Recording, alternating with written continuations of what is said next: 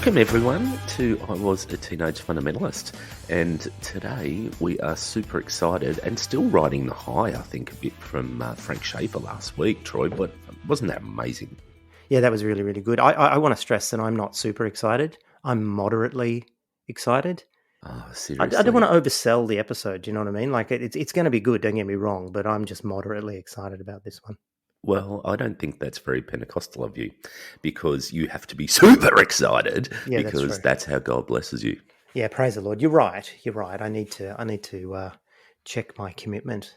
You do need to check your commitment, and what else do you need to do? You need to lean in. Lean in financially. I've been leaning in financially, really, with my family for the last number of decades, and it's a good thing to do. Lean in financially to your family. It is. Blessed be. Blessed be. Yes. I was thinking about the let go and let God comment. Mm. I want to do that more as well in my life. Do you know, I actually miss that, I have to say. Not the let go and let God as in, let go and believe everything you're told. But one thing that I do miss about being religious was the ability to just say, everything's going to be all right. God's got it, and let go and let God. And in that sense, that was a kind of a cool thing about being religious. Yeah, you could live your life in denial. It was great. And then let the trauma sneak up on you and Shazam, you're fucked.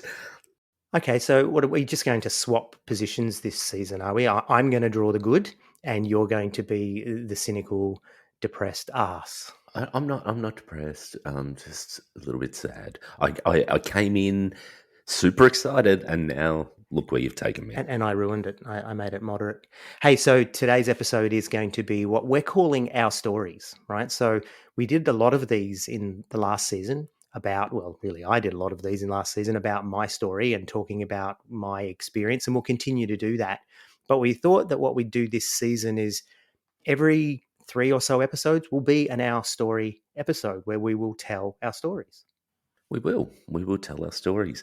And I mean, it's important. It's important to keep peppering these through, because we do like to reflect on our experiences back then and compare them to the now as well. So all that stuff's important in contextualizing what we're doing on the podcast. So we do pride ourselves on the fact that we have experience in this space. So we like to reflect it. Yeah, and I was listening to a podcast with an interview with a guy who runs a podcast called Mormon Stories. And he was saying, and they're all progressive Mormons and ex-Mormons, and he was saying that it's really important to tell these stories and to hear these stories because people can resonate and it sort of validates their own experience. So not just our stories, but also bringing people in to tell their stories, of course. But the stories are really, really important because it's kind of like, for want of a better term, there's a bit of narrative therapy going on for you and I. But at the same time, people can listen and resonate and say, "Yep, that's me," and and it validates them. So I think that these stories are very important. Plus, to be honest, I like to tell my story as well. I get something out of it. Sort of getting it out there, processing it with you, my therapist, and not having to pay. When I went to university, one of our lecturers wrote up on the board therapist and said, "What do you see here?" And we went, "Therapist. We see a word that says therapist." And she drew a line after THE and she goes, "See, it's the rapist. That's what it is. It's the rapist. That's what the word means. To get in there and get." It's like, oh my God, that's a very aggressive description of therapist. I am not that sort of therapist. But I want to go a progressive Mormon. Does that mean they only have two wives rather than like four or five? Oh no, that's the hardcore fundamentalist Mormons, which broke away from the Church of Jesus Christ of Latter-day Saints. They still have multiple wives. The Mormons, as we know them, they secretly believe in multiple wives. One day it'll all sort of come back to them.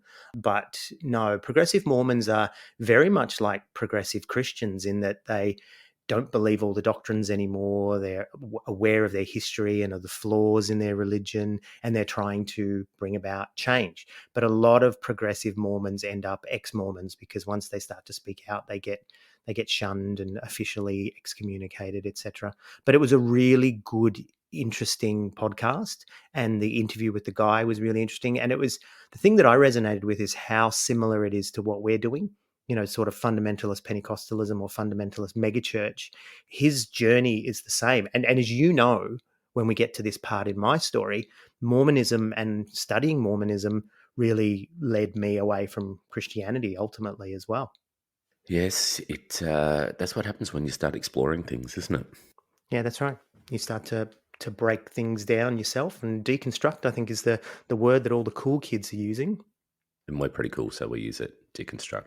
So today's episode, I guess I want to pick up from leaving Great Big AOG and what was the next steps. And some of this is a little bit of a still involves Great Big AOG in some sort of way because I'm going to reflect on some of the difference of when I left and what the next step I went to and just how incredibly progressive that I felt. But now when I look back on it, it certainly wasn't that progressive, but it was comparatively, I think. Around that time, I think I remember telling in the story that I'd been sussing out a Baptist church, and it was one that you were going to. It was one that you were hanging out with, and you talked about that youth pastor that took you and your then wife under their wing, and this was a really great supportive place. And we'd been dipping our toe in the water, my ex-wife and I, and just going, preparing ourselves. I think I don't know if we were consciously preparing ourselves to leave, or this was something that helped us to, I guess, launch off. So we'd been sussing that out and going along. And I remember like the conversations that you and I used to have at that time about how progressive we found that and how freeing and, how much more of a supportive environment it was. And I think that was definitely something that gave us the opportunity to launch off because we had a bit of a safety net. Yeah, I don't know that we would have called it progressive though. Hey, we would have called it more sort of just different, because I don't think we use that word, being progressive. But remembering too, the connections were still there because this charismatic Baptist, and let's refer to it now as Great Big Charismatic Baptist because it was great and big.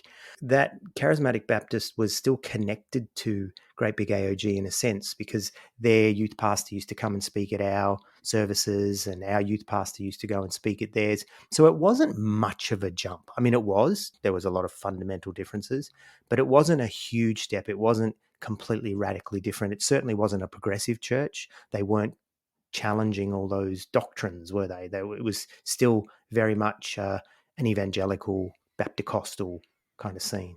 Yeah, it was 100% Bapticostal. And I think that's why it was a softer landing. And it was definitely the size of it was something that sort of put me off because obviously Great Big OG was great and big. So for me, I think it was just finding that opportunity to be able to launch off somewhere that gave that soft landing. We got married. And as I said, we'd moved a bit further away from Great Big AOG. We used it as a bit of an excuse to cut away. We used it as an excuse to say we wanted to be connected into our local community. We wanted to be part of a local congregation, all that sort of stuff. You may remember in my story, I've been called a pew warmer, that I would just go and I'd be a lesser version of myself. I guess I wanted to be a lesser version of myself. So we made that launch and we ended up landing in this Baptist church, which was smaller. It was much smaller. It's probably only about 100 people. A lot of people around our age, obviously a few older people as well. So it felt like it was a fairly well balanced community. And it certainly wasn't Bapticostal. I think it was, they would have seen themselves as a modernized Baptist. So it was a place where there was a band for worship, but there wasn't There was no seat buckling. there was none of that. Was there seat buckling, like singing seat buckling in the worship time and stuff like that?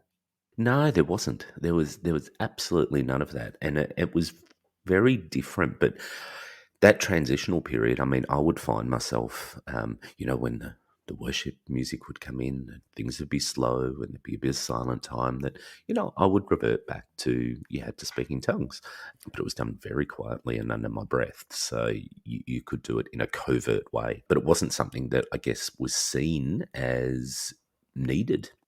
Do you reckon there were others doing that in the service as well? Were there others going, Shanda Baba, Si Pakala? There definitely were. I know that for a fact because once we'd been there for a bit longer, we did unpack some of that stuff a little bit more and talk about.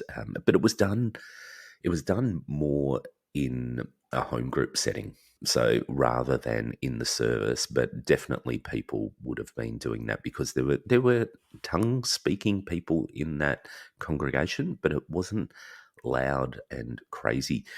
I think that's Hillsong's model, by the way. Hillsong's model is that they do all the spiritual stuff in their home groups, but they keep it all very above board and respectable in their main services. Yeah, okay. That sort of seeker service style. That's what they called it back then, remember? Seeker services. I do remember that. Get them in, create a safe space where they're not going to go, "What the fuck? These guys are crazy," and then Shanda introduce them, Baba. introduce them to the craziness. But what it did do, because I spent so much time traveling in between home and Great Big AOG and all the things I was involved with, whether that was the church, a couple of times on a Sunday, youth on a Saturday, a home group during the week, and the other things that were associated with the church. I mean, I was saving probably 10 to 15 hours a week in travel.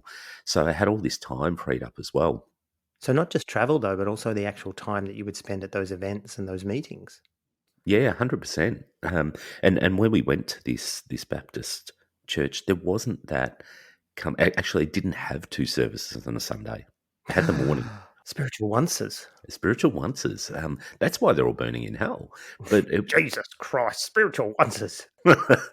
so yeah, just in the morning. That was it. There was nothing in the evening. There was no youth group. Well, we were really too old by it this stage. We were 23, 24, somewhere around there. So there wasn't that opportunity to do that. But we did settle ourselves into a home group because we saw that as a bit of a support space as well. So when you say we, you're talking about yourself and your then wife. Were you married by then? Yeah. We were married, and that's when we took the launch, I guess, to go to this new place using that excuse that we wanted to be part of a local community. And so feeling free to hold this till later, where was she with all this? Yeah, completely supportive. So she actually came from a uniting church background. So Oh, so she wasn't saved. she wasn't saved until she got to Great Big AG. Oh, then she got saved, yeah, and And started then, slapping people on the head during yeah, Toronto. yeah, exactly. Oh, praise the Lord. Yeah. Yeah, PTL. Yeah, so she was very supportive of it. Actually, it was something that she was keen to do. We were both keen to take that break, and it was hard because there was obviously a lot of people there that we were still close to. But interestingly, not long after we left, there was only a very, very small group of those that we kept in contact with because we were gone. And part of it at the time, I was like, oh, fuck you. What, you cut us off. It's almost like being excommunicated. But some of it, I think, was the fact that they were so caught up in going to all the different events, all that travel time that we probably were. Because people may remember us saying from episodes way back that people would come from all over the city to go to this Great Big AG. It was generally wasn't a local community there. So I'm not sure people would have had time in their life for us outside of that because you're not in that bubble anymore. But I guess a few of the things that I wanted to, and when I was preparing for this episode, there's a lot of comparisons I started to think about between Great Big AOG and this suburban Baptist church. The things that were notably absent in the Baptist church was that ego, that arrogance that you quite often saw from the pulpit in Great Big OG and other Penty spaces. It just wasn't there. The pulpit, you've spoken about the pulpit being guarded and that you've got to earn the right to speak at it. It wasn't like that. They would quite often just have people from the congregation getting up and delivering not even a sermon, just a talk, a message on a Sunday morning. So it was a lot more cruisy like that. Tongues were spoken about that. They weren't really on display. They were there. There was definitely a use of them. People spoke about them, but it wasn't something that you were forced to do, asked to do. It wasn't. your Christianity wasn't contingent on you speaking in tongues. Yeah, reserved for date night. Yes, that's right. Best use of tongues. Best use of tongues. Altar calls, never saw one. Not one. This was the thing that I think was evident most when I reflected on it was I didn't, after I left Great Big AAG, never saw another altar call in my entire journey, except when we did visit Penty churches when we were travelling at one stage. But that was it. That was, Is that because they didn't have a heart for the lost? Is that what was going on there? I I'm think just going that's to what throw it these was. cliches in for you, mate. All right. They didn't have a heart for the lost. Is that what was happening? So how would they get people saved, brother? Well, I don't, because the Penty scene was very much about you've got to get them to pray the sinner's prayer. That was the Raise your recipe. hand. I see that hand. Yeah. Yeah, absolutely. I didn't see any of that, and I don't think that there were many efforts as such to go out of the way to do that. It was done more organically. You didn't go out to witness to people. You didn't go out and street evangelize. It was more incidentally. That's shit. How could you not? How can you call yourself a Christian and not have a street team? Give me a J. Yes, it was confronting at first, to be honest, but also so incredibly refreshing. And it was definitely part of my. It was very early in my deconstruction, I think, when I saw things how they could operate.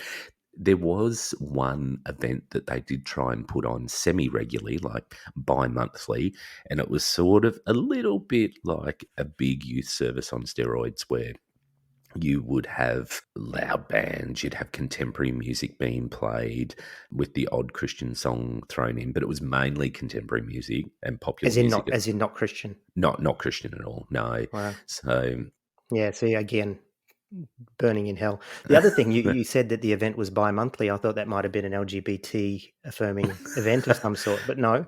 well, you know what's interesting actually, and this wasn't part of my reflection in preparing, but they were very LGBTI accepting, not affirming, definitely not affirming, but accepting. Like it wasn't a big issue. There definitely were people in the congregation who weren't your normal church going people in many ways. Very alternative, and if you remember at Great Big AAG, you had to fit the mold. They didn't care. They just were very accepting. It was very different like that. Another thing that was absent was yelling during sermons. Like we see how excited Pentecostal ministers get when they speak, and they talk about the excitement of the Lord. That's There right. was, You've been working on your Brian Houston yeah. impression there. That was pretty good, I have to Did you say. like that? Yeah, yeah. Well, it's Lean into also financially. it's helped along by, as we were discussing before we press record. I had a very large and late night last night, so I've got my morning. Morning, Brian voice. Morning, Houston voice. Well, good morning, Houston. None of that. None of that trying to hype up the space. Like there was no yelling, no raising of voices. All that sort of stuff was absent. So sorry, I don't mean to keep interjecting, but how did they get rid of the demons then? But gently. Remember when you went Oh to yes, my the Anglican Toronto-ness. Yes. Yes, it's the same thing. They asked them, please. Yes. Excuse us, demons. Do you mind if we borrow the hall? Could you leave? Okay, sure, but as long as you don't have an altar call. All right. Done. Excuse me, Beelzebub. I was just wondering if you would mind leaving this soul. and yeah, they did. They came back the next day. Yeah, with 7 of their mates. It was good. And Succubus came back. So I told you, didn't I, that I once heard, no, it was you that told me that you heard someone say that the demon of oral sex was called succubus. And I just thought, that's just too convenient. Do you know what I mean? Like, just too convenient. Yeah. No, it's true too. It's completely biblical. But it doesn't translate in Japanese, huh? No, it doesn't. It doesn't. It sounds like a Pokemon or something like that. Oh, succubus. Come out, Anyway, succubus. Come on, back to the best use of tongues. No counting of souls saved. You know how you always would hear in a Penty scene, or even maybe even the Bapticostal, because the Bapticostal church that had altar calls, didn't it? I remember that. It Yeah, pretty definitely sure. Maybe happened. not as often, but from time to time, yeah, they definitely have altar calls. And I don't know that they sang "Just as I Am." Do you remember they used to do that at Great Big AOG? That's right. Every fucking altar call, "Just as I am." I think people went forward just to stop them singing that. That's all it was. But this Baptist church didn't have those altar calls to count the souls that were saved. There was never talk of, "Oh, I led someone to the Lord this week," or anything like that. There was nothing. Wasn't there. Very refreshing. So different values, different goals, different. I mean, a whole different way of seeing things, really. They weren't looking to take over the world and Pentecostalize it. So, which is happening. Bringing newcomers or the unchurched, no, none of that. There was none of that manipulative use of the band. We've talked often about this, where you would bring in the slow music and you'd bring in really that emotion and draw that out of people. Also, if you wanted to hype people up, then the drums and the guitar would definitely pick up, and you would get a bit more tempo. None of that. The band was pretty cruisy, a little bit Partridge Family. Like, it was very Very Baptist. very Baptist. But good, good quality music, always good musos there, but there wasn't the use of the music. The word you're looking for there is manipulation. There wasn't a use of music to manipulate. Yeah, absolutely. Yep, none of that. It was because you didn't need to if you weren't doing altar calls, if you weren't using the format of your service to draw in people, then you didn't need that. And it was only when I was thinking about the other day, you would quite often have two different people leading praise and worship, as we've spoken about, that praise was a little bit less spiritual, worship was more spiritual, but also you needed the gift of manipulation in worship a lot more. The gift of manipulation. Exactly right. It's one of the spiritual gifts. There wasn't that. There was always the one person who led the fast and the slow songs, and yeah, there wasn't importance put upon the slower songs Well, if they because weren't using tongues, then it wasn't as important, was it? It's not, if you're not singing in the spirit, then it's just singing. yeah, that's very true. So some of those leaders, they weren't leaning in manipulatively. They weren't leaning in manipulative, probably not even financially. I'm not quite sure. Oh, I dare say they were. I dare Well, say they were. Anyway, yeah, yeah, true. But I think one thing, and again, this is only in hindsight that I can see this. I wouldn't have thought it at the time, but there weren't those walls to being involved in how you shape your community. It was, to use a word from today, it was very much about co-design. So there'd be lots of conversations, even at their AGM. How do we want next year to look? What do we want to do? Where do we want to commit our finances? And you were part of that. You were part of that planning. You were part of what your community looked like.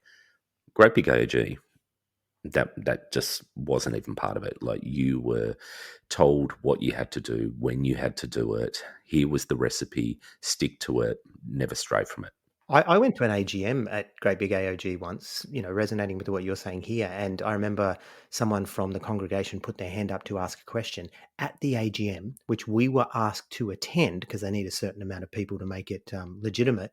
Yeah, And senior pastor shut this person down and said, "Now's not the time for those sort of things." And it's like, and I remember even at the time thinking, whoa, here yeah. we are at an AGM. So, yeah, certainly there was no co design. No, definitely. Do you remember? It took me quite a while to become a member of Great Big AG, like a formal card carrying member. And I remember actually signing up my membership for it. And it wasn't, I think, till I went to Bible college that I did that. Yeah, I don't think they really encouraged it. They, keep you all at a distance, I think. Yeah, you don't want that transparency, that's for sure. Definitely not.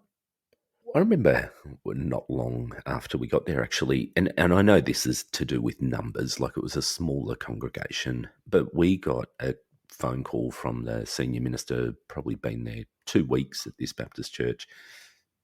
He goes, "Can I come out and see you?" And generally, as you know, generally when a minister comes out and sees you from a Penty church, it's because you're in trouble and they're going to pull you up on something. Or they want something from you. Yeah, they I've want got a something from vision. you. I've got a vision. I want you to lean in. Put my Yeah. hands on. You fucker. You're just not going to let it go, are you? I took us there. I do apologise, listeners. I did open up the leaning in can of worms. So I'll try put a lid on it, but I don't think I can control this. But he just came out to see what do we want as to be part of that community. What do we want from them? What can they contribute to us? There was definitely a conversation about how you want to be involved. But I remember one thing I do remember is like, how do you think you can contribute to us?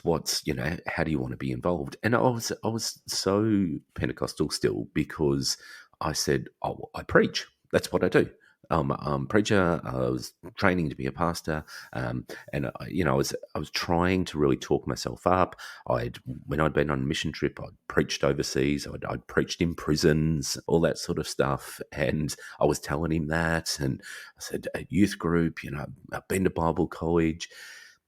He tolerated me. You could see he was just sitting there going, "Oh my god, I just don't give a shit about this." But I just want your money. yeah, that's right. I was trying to talk up my gifts, and he didn't care. Like it just wasn't. I don't What think do you it. think he was hoping to hear when he said to you, "What can you contribute besides your tithe?" What was he actually asking for?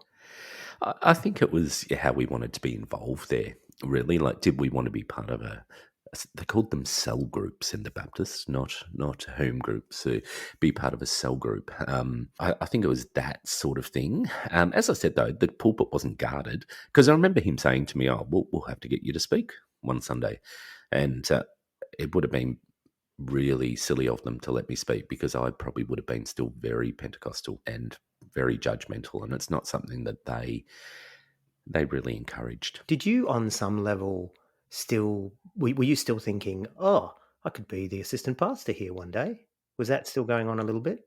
No, not really. I'd left Bible college by this time and was reevaluating my life, but I don't think I really wanted to become a full time pastor. I didn't know what I wanted to do when I grew up. Still don't, but yeah, no, definitely. I don't remember thinking that anyway. There was also like as this was around the time when because I'd left Great Big AG and the whole storm of bloody Toronto and Pensacola and everything going crazy. Interestingly, there was absolutely none of that at the Baptist. There was not even a recognition of it. They weren't involved in it, so it was something that they weren't even interested in really talking about. I remember bringing it up with a few people, and they're like, "Yeah, what is it? Never really seen it or experienced it. It wasn't something that they needed to express their faith. Very different." There was also very much a lack of that turf guarding. Quite often in Pentecostalism, it's like you have to come to our church because we've got really cool stuff happening, and you should be part of our youth group, and you should be part. There wasn't that. There was people that I remember weren't there every Sunday, even though it was only morning. Their commitment was just rubbish, not like ours, and they didn't come every Sunday. And sometimes they'd talk about they'd gone to a friend's church or whatever, and that just wasn't an issue. But you couldn't do that at Great Big AEG, Not could you? without permission. No, or if you were going to, I don't know, something like Take Youth Alive back. Yes. Yes, indeed. Listening to you, it just sounds like there was a lot less stress, a lot less pressure. It just seemed like it was more about, community and being there. And I mean, I'm sure it was still very evangelical. You wouldn't have stepped out into a, in air quotes, progressive church at all.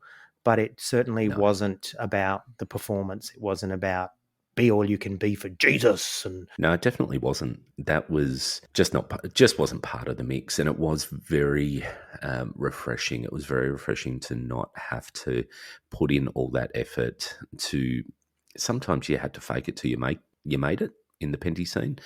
Didn't have to do that here. So you could be yourself, although I still had all of those Penty traits and wanting to impress people and, bring your gifts to the fore and all that sort of stuff.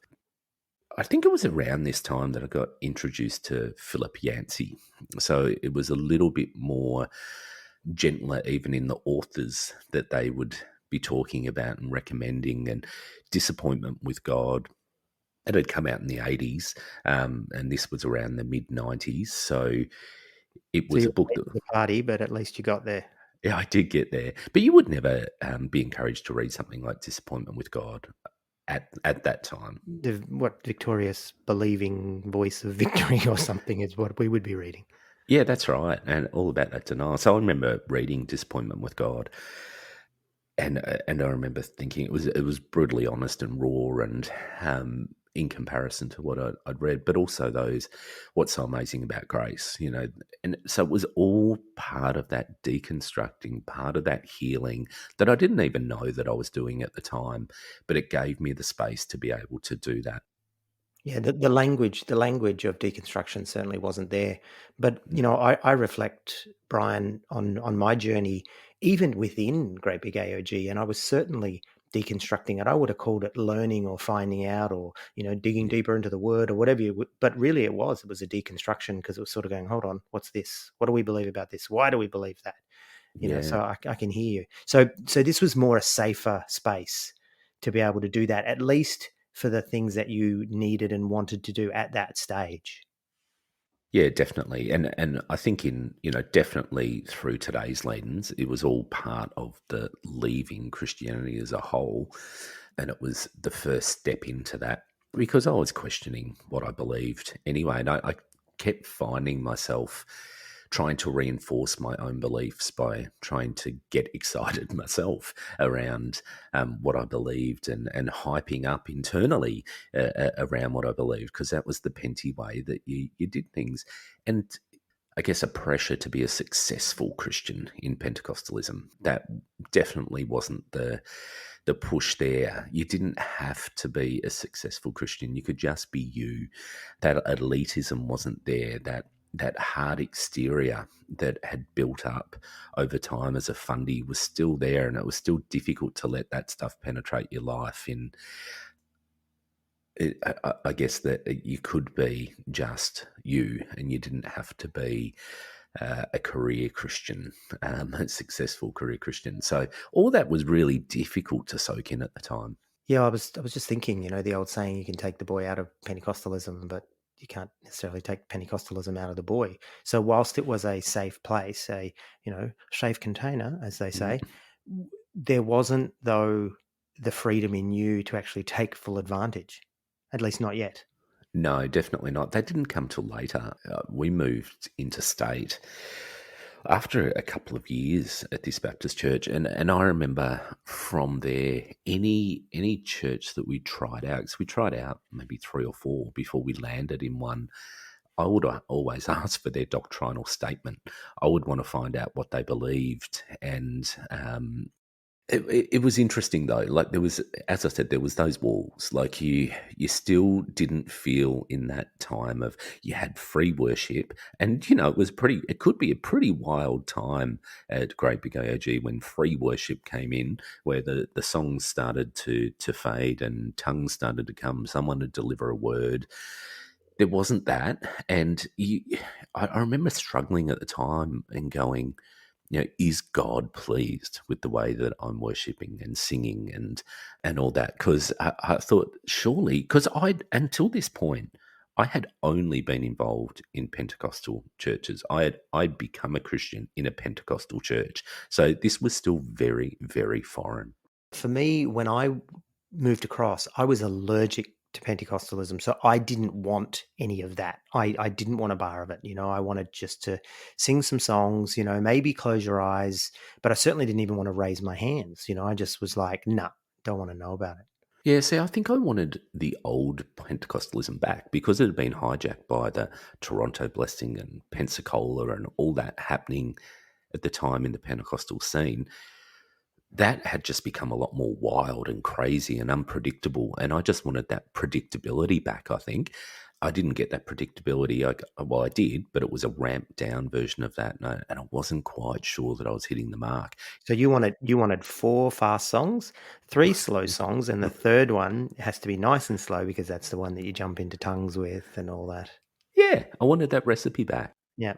It is a liturgy. It's funny because it's not, within Pentecostalism, it's just the way we do the meetings, but actually it's a liturgy. It's, this is what happens at this point, we do this, and at that point we do this. We stand up, we sit down, we raise our hands, we visualize Jesus, sitting on a throne. Hallelujah, seat buckler. It's a liturgy. It totally is. Oh, 100%. But they call it free worship, of course. But you missed your liturgy. I did miss my liturgy to a certain degree. I mean, I got used to a new liturgy, which was certainly in the long run a hell of a lot nicer and gentler and probably more authentic, I would imagine too. But I did miss it at that time. So it was that transitional time, which was really, really difficult. But also the God that was spoken about from the pulpit. There was those graceful messages, ones reminding us how to live well, at peace in our communities, not try and convert all your community, just live at peace, be part of your community. And I think the reflection of that was a far more merciful and kind God, not one that was waiting for you to step out of line so he could punish you and chuck you into hell and give you a nipple cripple. Give you a nipple cripple. Is that what your God would do in hell? Would he? Would sometimes it'd be a double, and that was A purple nurple. oh, can you remember those nipple cripples? They were just mean. But yeah, that's what God would do. The Pentecostal God would give you a nipple cripple, but the Baptist God would just be more gentle. Another thing I want to sort of resonate with you now and ask you about is sometimes in the Facebook group, for example, people want those that have, recently stepped out of Pentecostalism or out of the AOG, ACC, Hillsong, CRC, LMNOP to be atheists. Yep. It's like, okay, you've left. It's now 5:15. Time to be an atheist. But what you're saying here is really for you. And look, this isn't necessarily a map for everyone, but for you, you needed a first step. Yep. And you needed, people around you that were going to allow you to take that first step. And it would be really wrong, I think, I don't know about wrong, but it certainly wouldn't work to have expected you to, start reading Bart Ehrman and, Rob Bell or whatever. You needed Philip Yancey and, some slow songs. Yeah, yeah, absolutely. And for me, and I've said this in my stories before, that I was a spiritual person well before introduction to church, and because I didn't grow up in a church, I didn't grow up in Pentecostalism or Christianity in any sort of way. I came to that at 17. I guess I had a spiritual identity pre-church, so I didn't have to give that up. I didn't feel like I had to actually become unspiritual or say there was no God and subscribe to atheism, because that would not have been authentic for me anyway, because I was never an atheist. I was always spiritual in some sort of way. So it wouldn't have been authentic. So for my journey, I had to make that gentler step off. And it was definitely it was stepping down off a cliff onto a ledge until eventually I stepped into a safer space. But that was it for now. It was a couple of years there at this Baptist church. I think there was 2 years, maybe 2.5 years, and then we decided to go travelling. So what years were you at This would have Papo been, church? I reckon, late 95 through to uh, maybe actually, yeah, it was late 95 through till probably late 2007. Yeah, somewhere around about there. So it was a couple of years there. Sorry, you just said 95 to 2007. That's more than a couple of years. Sorry, 95 to 1997, not 2007. We decided we were going to go traveling. We're just going to travel around Australia, maybe for a year. And we decided that we would buy a caravan, which wasn't really cool then. Like, all the cool kids are getting caravans now and traveling, young I was going to people. say, I don't think it's cool now, but go on. No, it is. A lot of people are. They're getting vans or caravans or whatever and taking off. That's because you're getting old. No, no, no. I'm talking about younger people in Really? their Younger people are doing this. in their 20s and stuff. Oh. People are doing it, particularly post COVID. They're going, fuck it. I don't want to be constrained. Yeah, can't get to Fiji. I'm not on Brian's money. Yes, yes, this is true. But we'd announced to the church we were going to go off and travel, and somehow this got misinterpreted that we were going off to be missionaries. So we, on a Sunday, they were saying farewell to us and going, have a great next 12 months. But the missions people ended up coming up and praying for us and then sending us out. We were being sent out and on a mission. So we had no intent. We were going to do a working holiday. So it was really quite bizarre, but we did, and from there we did travel, and we ended up landing interstate where we lived for the next 11 years. But They obviously didn't know you very well at all to think that you were going out to share your faith at all. it was bizarre, and but also I didn't really even know that this missions group existed. There was definitely quite a few missionaries connected to that church that lived in one in Vanuatu, really tough gig. Vanuatu, there was Papua New Guinea, so we definitely did support those missionaries, and there was a core group there, but that was the only thing. I never thought that it was about going out to share your faith with other communities because, as I said before, that wasn't really a part of what they did. Yeah, the Baptist unions in Australia are big on the missions into the islands and Papua New Guinea. And my brother's ex-wife, she was a missionary's kid, Baptist from Papua New Guinea. It was a big deal. Yeah, it's interesting, isn't it? Yeah, and it was fascinating. Like it was, I don't think that they were definitely there to convert the communities. I mean, that was very much part of their drive, but they also were there to support these communities and help develop them and get them out of poverty and stuff as well. But we certainly weren't going off to be bloody missionaries. That wasn't happening. I don't know where that came from, but even our closest friends during that time within that church, it was they were like, "What the fuck? This isn't what you're doing. You guys are going off to travel," and travel we did, and I think.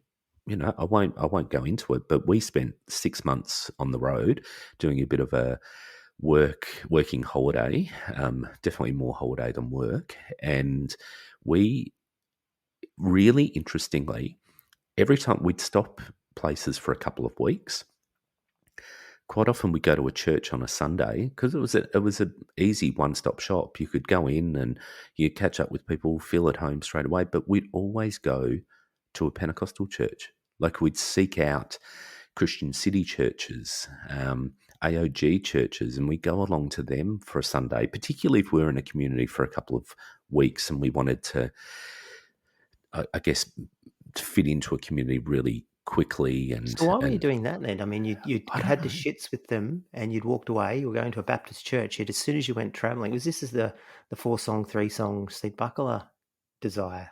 Yeah, maybe. I don't know. It was And really sort of a bit strange. safe because you're at a bit of a distance. You're not going to stay. You're going to take off. Sort of have your cake and not have to eat it. Yeah, yeah, I really don't know. Even now, when I reflect on it, I think it was just a safety thing. It was what we knew, and we knew Baptist churches. You didn't know what you were going to get because you could go in and it could be a Bapticostal or it could be a conservative Baptist or whatever. I mean, the next church that we actually ended up when we moved into state properly and ended up staying in that place 11 years was a Church of Christ, and it was very, very different cafe church type style and a lot of definitely even more gentle than the Baptist church we'd gone to. So it was, and a lot more free thinking. It was very, very different. So how was your wife feeling about all this? Like, what was her journey? Because you were journeying together. You're saying we a lot. Yeah, Yeah, tell me about her. similar. Like it was a similar journey, I think, at that time. She had been quite damaged by the Penty space. As I've said before, she was very arty, alternative, and studied at a well-known arts college, and she hadn't really fit properly. So for her, it was an exploratory time as well, and her concept of God was very different. And her relatively short time in Great Big AOG, like 3-4 years there, had probably shaped her, but hadn't shaped her from the start because she always had that foundation of being from Uniting Church and a bit more universal, I think, in its approach.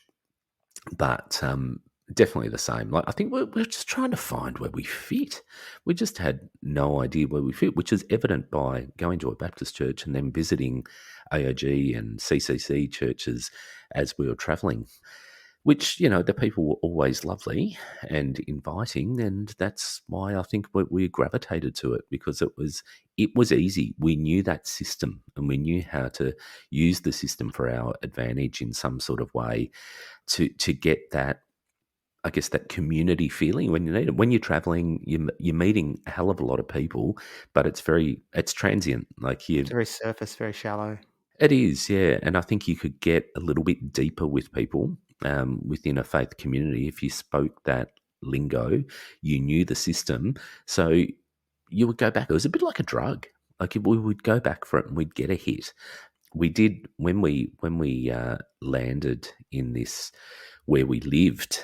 It was a town of around about 100,000 people, and we did actually try two Pentecostal churches when we landed there, interestingly. And we went to one and we started going there for a few weeks. And then they had this speaker who came along one week, and he was an Aussie guy. I can't remember his name. I wish I could, but he was a little bit of a cowboy in the way that he dressed and he spoke. And I'm pretty sure he came from like Western New South Wales or Queensland or something like that. And With a he, hat made of kangaroo ass or something, was he? yeah, I think it was. It was similar to that.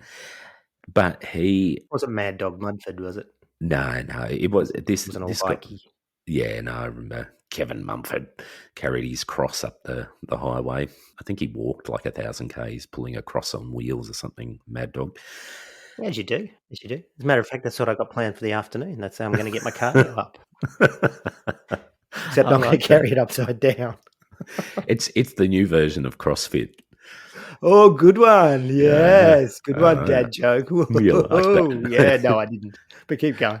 No, fuck you. But we had become part of it, and they knew all the players of Great Big AOG, and I think we'd gravitated back a little bit. We'd started going to a home group. We'd probably been there 4 or 6 weeks when this speaker came, and this guy ran like a sort of like revival meetings almost. And he one night asked for an offering, and he was really drumming it up, and he'd been doing it. You could see he'd been building up to it, and they had a bucket out the front, just like your normal bucket, 10-litre bucket you filled with water. He goes, I want to see that full by the time that we're finished tonight. And He wanted you to lean in financially. oh, mate, I was fuming, absolutely fuming. And he said, I've been to churches where we get a 44-gallon drum and we fill it with cash before I leave. He goes, so, you can do the bucket. And I was fuming. And then he said, everybody who's contributing, I want you to stand up, and I want to see every person here standing up. And I refused to stand up. My ex-wife, she was fuming as well. So we were the only two in, I don't know, 150 people remain Because you firmly. were Baptists. That's why. In your Yeah, heart of hearts, I you were think Baptist. we'd converted. But we stayed sitting down. He kept coming up the aisle next to us and just staring at us. I just stared him out. I was absolutely fuming with him. And we, Was this an AOG? as an AOG, Of yeah, course it fucking was. What a stupid question, Troy.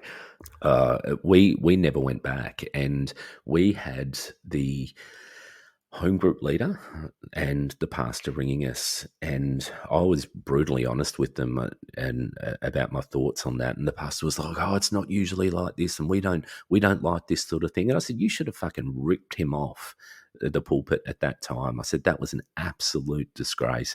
Anyway, that was it. That was my very last seeking to be part of the Pentecostal community. That was it. That did it for me. So coming back to the fact that you're now attending a Baptist church, or even after that a Church of Christ, you are obviously still wanting to meet your spiritual needs, etc. But Mm. was there a grieving for what you had lost, or do you think you just put it out of your mind? And same goes for your wife. I mean, not that you can speak for her, but at least the way you saw it back then. I don't think there was a grieving after that last Pentecostal AOG experience that I just spoke about. That was it. That was the nail in the coffin for me. I never wanted anything to do with Pentecostalism again. We had tried to go back to that safe place. We'd actually, in the 6 months of traveling, we'd probably visited maybe 8 or 10 Penty churches on the way, but towards the end of our journey, we'd traveled 10,000 Ks, and towards the end of our journey, probably the last 6 to 8 weeks, we hadn't been to any churches at all. So I definitely had a break from it. And that's probably why I'd forgotten what it was truly like. And that's why we did seek an AOG community when we got up there. But there wasn't a grieving of Pentecostalism. I think it was the community stuff. Again, for me, it was all about community. It was all about feeling wanted, needed, safe, and knowing that people were going to be walking with you while you went through shit. I mean, it wasn't a perfect walk, and it was one that was often judgmental, but you knew it and you knew how to talk the talk. But the picture that you paint of this Baptist church was much more like that. Was Yep. much more community minded, etc. I just find it interesting. And look, I can understand. I'm not sitting in judgment, but I just find it interesting that you didn't look for that when you went traveling. You actually just went with what you knew, and I guess what maybe were hoping that maybe that Great Big AOG was an aberration and the rest of them are better. Yeah, potentially. I really don't know what was behind it except seeking that, the consistency, that recipe that you knew was there. And, it had been a good time in my life. A lot of Pentecostalism. Interestingly, as a side issue, I don't think we ever saw any Toronto type activity at any of those Penty churches that we visited. So that was interesting. That was something that wasn't necessarily spreading across other ones. So anyway, we have gone around a little bit and jumped bits and pieces forward and backwards, but I guess it was just those reflections that I wanted to tap into, and it's all part of the journey, isn't it? It is. And like I said, letting people resonate with, oh, that's what I went through, or oh, that's what I'm going through now, I think is really, really good. And also validating people that, whilst we don't have a Christian faith, we don't for 1 minute poo-poo the idea of stepping out of Pentecostalism into another form of evangelicalism, hopefully more moderate. But that's exactly what both you and I did. So, more Yeah. power to you on your journey. Yes, yes, it was. Look, it was good. It was a good couple of years there, and I think it was a healing time. It was a time of time of reflection, but I don't think there was a great deal of deep reflection during that time. It was more so just a time of healing. It's the deeper reflection came many, many years later, like it often does. Yeah, and that's okay because you can only do what you're able to do. I think what happens in sort of the ex Pentecostal evangelical scene is that you start to be confronted or presented with the idea of deconstruction, and people will come and start calling things out, and you can get into that sort of discussion and environment, etc. But that's not for everyone, especially not right away. And so I think Yeah. that stage that you went through, I think was important. It was crucial. I mean, it may have been a little bit faster. It may have been a little bit better had you had a mentor or someone speaking to you, but that's okay, right? Yeah, that's right. And look, I'm not even sure I would have known what to speak about or how to process it at the time. So the way I did it seemed to work, and it was certainly helped me step off the ledge. But I did get back up onto that ledge a couple of times, as I've said. But in the long run, we cast it away. Yeah, fair enough. Well, I appreciate that. I appreciate that story. And how does that make you feel? It makes me feel good. I have no trauma that I recognise through telling that story, because I think there wasn't a time of trauma except for that Mr. 44-gallon drum fill up with cash motherfucker. But besides that, the rest of it was just an interesting time. and a time I think just learnt a lot. Just learnt a lot about ourselves. I mean, we were also traveling. We were away from family, so you learn to, I guess, stand on your own 2 feet a bit more, and you learn to be a bit more independent. So at that time we were being more independent, as well as exploring the new who we wanted to be, and we had the opportunity to do that and recast ourselves, moving to another state. So there you go. It's done. Very good. Very good. It is finished, It as is they say. finished. So, mate, that's it for this week then, I guess. Next week, we've got El Hardy coming in to talk to us about her book, that Beyond Belief, How Pentecostalism is Trying to Take Over the World. It's going to be a good chat. Yeah, it's going to be a very good chat. I think she's got a lot of really good things to say. I think what's going to be interesting about this interview, for people that have listened to her in other interviews already, we're going to come at it from an Australian Pentecostal perspective. We're going to come at it from a perspective of knowing about Pentecostalism. So I think this interview is going to be very different to maybe some of the other El Hardy interviews that you've heard. And God knows I've heard a few. Yeah, there's plenty out there, that's for sure. But yeah, looking forward to that chat. That is going to be a goodie. And if you haven't got that book already, definitely go out and get it, particularly if you're not really aware of the roots of the Pentecostal movement. It is fascinating, but also through currently what is happening across the world. It is both interesting and slightly frightening. All right, well, I'm going to cue the music. All right, I shall see you next week. I'm looking forward to it. Yeah, I'm looking forward to it too. Catch you next week, my friend. Bye. Bye.